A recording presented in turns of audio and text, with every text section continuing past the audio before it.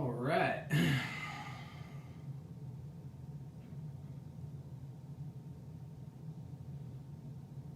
Well, good evening, everybody. It's good to be back. I feel like it's been more than a hot minute since I've been on here. Life has been crazy lately, to say the least, for the Brado household. We got to go on vacation for a while to Florida. We went to Anna Maria Island for a little vacation and for Kylene to play some soccer. It was a good trip.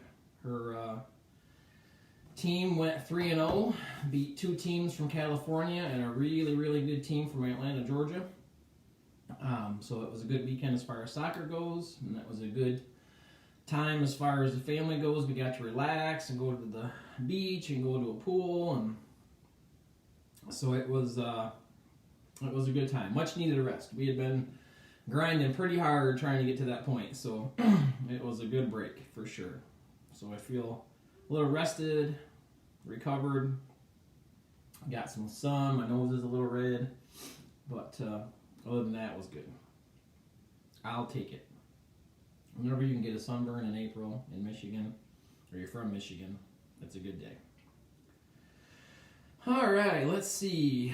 Oh, of course, my sister's saying that we need a visit from Kinsley.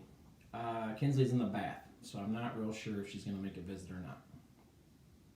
Gary and Janet, hello guys. Ellen, Lois, Tracy, Deanna, Ron and Sandy. All right, we got everybody. Chris Nickel, Nina Stump. I feel like I'm so out of the loop. I missed a week at church and I missed a devotional, and I feel like I'm out of the loop completely. But we'll run into that on Sunday. Be back in the building this Sunday for sure. Ready to go. Ready to worship. It's funny how you miss church on Sunday morning. Like, our week is kind of built around Sunday morning church and stuff. And so when we were on vacation and you don't have really a spot to go and you don't know where to go, and so Kylie had a soccer game that day, later in the day, so it was just kind of weird to not have that Sunday morning thing right there. So, which is, I guess, is good. I guess that's a good thing that our family is kind of time stamped around Sunday morning service. So I'll take that. That's a good thing. All right. Well, we're going to be talking about anxiety. We're going to be talking about anxiety. So, if you guys want, go ahead and jump on right now and on Facebook or whatever, and put on there, what are some things that makes you have anxiety? What are some things that make you stress or make you anxious? What are things that cause you anxiety? So we're going to be talking about anxiety today and kind of the world we live in and those kind of things. So what are the things that make you anxious? What are the things that cause you anxiety? So of course, when you talk about anxiety in the Bible, we're talking about the promises of God.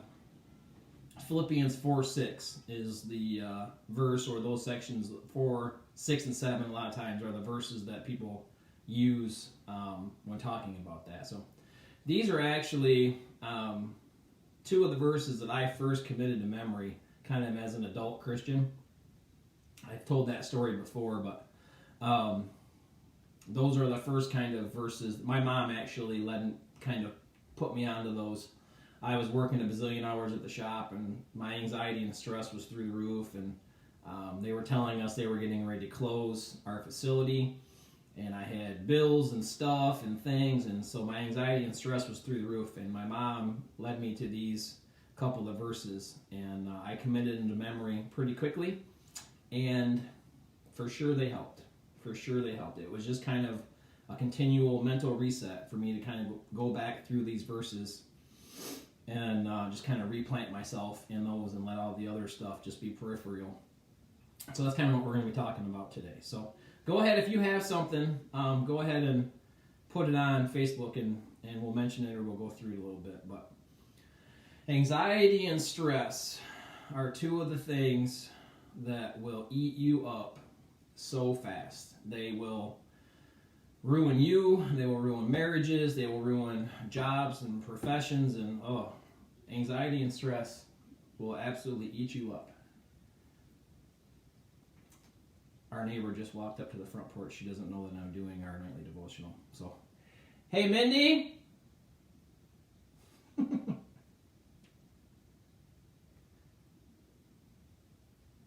All right. Just 1 second. This is live TV, right? Hey, hon. Val's here.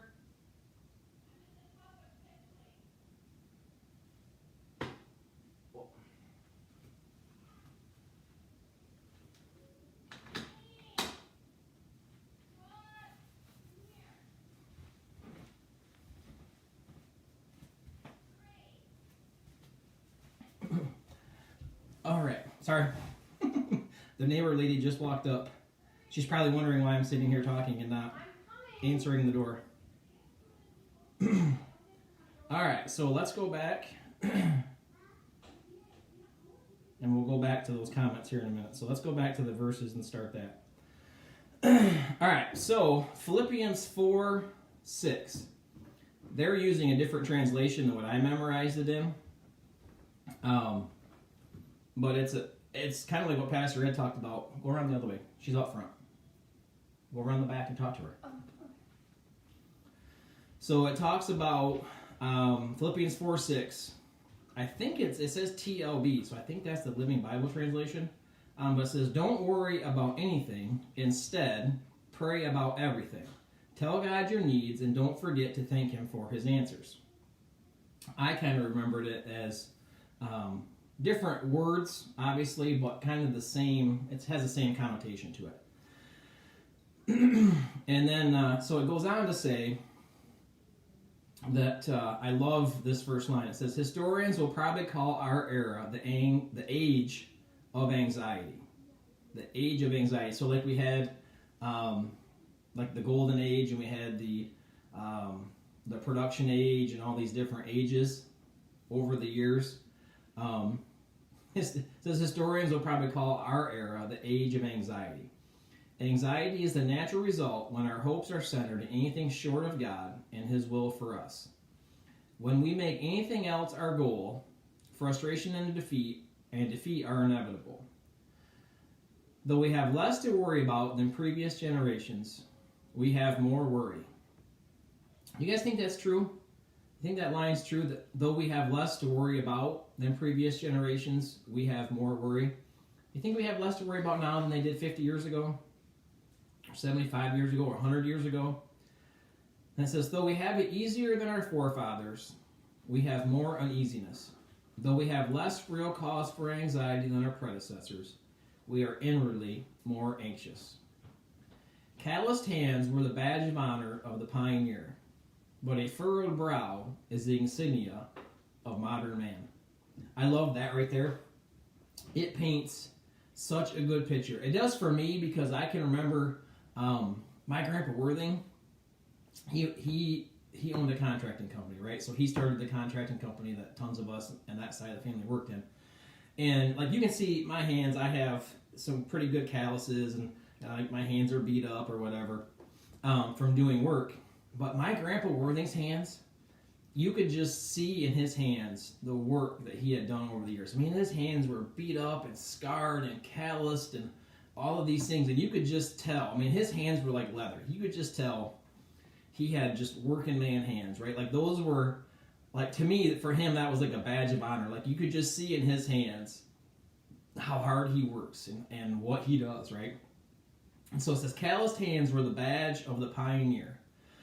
But a furrowed brow is the insignia of modern man. And instantly when I read that, it reminded me of a boss that I knew. And this guy always had, that furrowed brow, right? Like always like that scowl, just like, stress and consternation and anxiety. And as soon as I read that line, I thought of him. He was such a nice guy, but he handled stress and anxiety in the worst way. Like he wore it right there. And he just even if he was almost in a good mood and being pleasant, he still had that furrowed brow, that scowl. And it was just, it was the fact that he let that job just eat him up. He let the stress and anxiety of that place and the bosses above him and stuff just eat him up, and he just couldn't handle it. And so I see so many men and women who you can just see stress and anxiety written all over their face, right? And their shoulders are, they just walk around, you can just see they're so tense and stressed and anxious. It's just the world's eating them up. So it says, God has never promised to remove all of our troubles, our problems, and our difficulties. In fact, sometimes I think the truly committed Christian is in conflict with society around him or her more than any other person. Society is going in one direction, and the Christian is going in the opposite direction. And I do think it's ironic that we talk about the left and the right, and how I do feel like when I was reading this, like society is going left, and the committed Christian is trying to stay here, and is trying to go, stay to the right kind of thing. I don't know if that's on purpose or if that just naturally happened or what, but I think it's kind of ironic that we do feel like we're going left and we're going right, and there's not really any middle ground. Like the middle ground is abandoned and gone. You're either going left or you're going right. So it says that the Christian is going the opposite direction. This brings about friction and conflict. But God has promised in the midst of trouble and conflict a genuine peace, a sense of assurance and security that the worldly person never knows. That goes back to that verse about don't worry about anything, instead pray about everything. It says tell God your needs and don't forget to thank him for his answers. I love that last part. I'm real good at just dumping. Dump all of my stress, dump all of my anxieties, dump all of my prayer requests, everything that I think should happen, or everything that I think God should make happen for me and my family and my friends and all those things. I'm really good at dumping that stuff. But I'm not always so good at remembering to thank him for the things that he's already done, or the things that he has kept from me, or the things that he had let me go through when I really didn't want to go through those things, but on the backside of them, they turned out to be the best thing for me. I'm really good at dumping, and I'm not really so good always at being thankful and remembering to be thankful and saying thanks. So that verse is a good reminder. That's some of the reasons why I love them couple of verses there. But I do think we have to be remembering that it's not going to be easy. Like I feel like when we become Christians, we feel like we're just supposed to have like this escape from reality, like escape from the real world. Like a lot of this garbage that's going on isn't supposed to get to us, or isn't supposed to affect us, or isn't supposed to affect our families. That's not the case. If anything, it's going to affect us more. Like if you're not walking a committed Christian life, you can kind of be indifferent about a lot of the things that are going on. But if you're trying to live a committed Christian life, me and Mindy are trying to be good, committed Christian parents. Well, a lot of the things that are going on with teenagers these days, and with kids these days, and with schools and social media and all of those things, if you're just an indifferent parent, if you're just, whatever, my kid's got a phone and they got social media and they got this and they go to school and they got these friends, and you're just kind of indifferent about it and just kind of let them go on their way and do their thing, that would be so much easier than to try to actually parent and try to invest and try to be a part of their lives and seeing what's going on in their lives and seeing what's going on in their social media and being a part of what's going on in their schools and their friend groups and all those things. Indifference is much easier than being a committed Christian and having that committed Christian walk. And so if it wasn't for the ability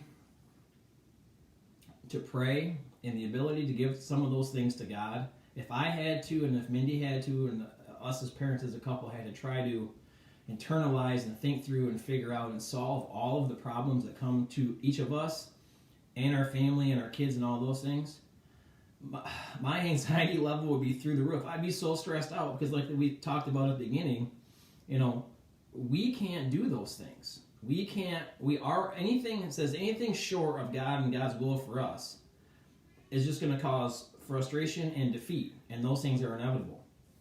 And I figured out over the years, I didn't figure out much, but I figured out over the years when I tried to do all the things with my wisdom and my knowledge and my effort and my income and all of those things, I fall woefully short of what I expect, and I believe what God expects. But when I do a good job of just trying, I always remembered it through prayer and petition. That's kind of the way I remember Philippians 4:6. But when I try to live through the lens of praying and letting God have his space and letting God have his timing and his way in some things, I'm not trying to fit that square peg in that round hole, right? I'm not trying to fit what God's doing, my will into that, right? I'm just allowing it to come, and it works so much better, and my anxiety level is so much lower, because then I don't have to be worried about what I'm doing, what I can afford, how much effort I can put into it, how much energy, am I smart enough, am I charismatic enough, am I any of those things. I just have to sit back and pray and give those things to God and let him control what he controls. And all I have to do is control my effort and my obedience. My obedience and my effort, maybe is a better way to put it. When I see what God's wanting me to do, I be obedient in those things, and then I give max effort in those things. But for me to give max effort in and outside of God's will are two different things. I can give max effort inside of God's will and everything works good. I can give max effort outside of God's will, and it is a train wreck. I've tried it both ways, and I can give you firsthand stories about when I did it in and when I did it out, and it's markedly different. The prayer for today is this. It says, Lord Jesus, teach me to keep my eyes centered on you rather than on myself and my anxieties. Help me to allow you to give me peace of heart and peace of mind today. That's a good prayer for each and every morning.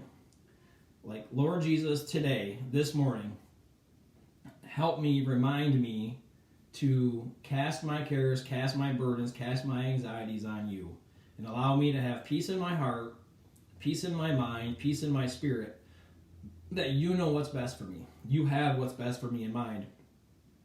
Show me what you want me to do, and then help me to be obedient and give great effort in those things. If we can do that, we're on a good path. We're on the right path. And then as the world continues to go this direction, and we continue to go this direction, it's still going to be hard. Like, it's not going to be easy. It kind of reminds me of that, the old saying, or the saying that I've heard, there's a highway to hell, but there's only one stairway to heaven. And the stairway, and the pictures that I've seen, the stairway kind of winds and goes up. It's tough. It is really tough to be always feeling like you're going uphill, right? You're always climbing them stairs uphill. But that's the path that God calls us to walk. The other option is the downhill path, the highway to heaven, or the highway to hell. And it just, for me, that always is a good picture in my mind of, you know, what are you called to? What are you trying to do? And at the end of the day, at the end of your days, it will be so worth it, so worth it to have lived that committed Christian life than it will be to take the easy route, the indifferent route, and just go willy-nilly where the world wants you to go. So, I don't know, that's what I got out of it today. It was a great reminder for me. Like I said, we had spent some time on vacation down in Florida with a bunch of Kylene's soccer teammates and stuff. And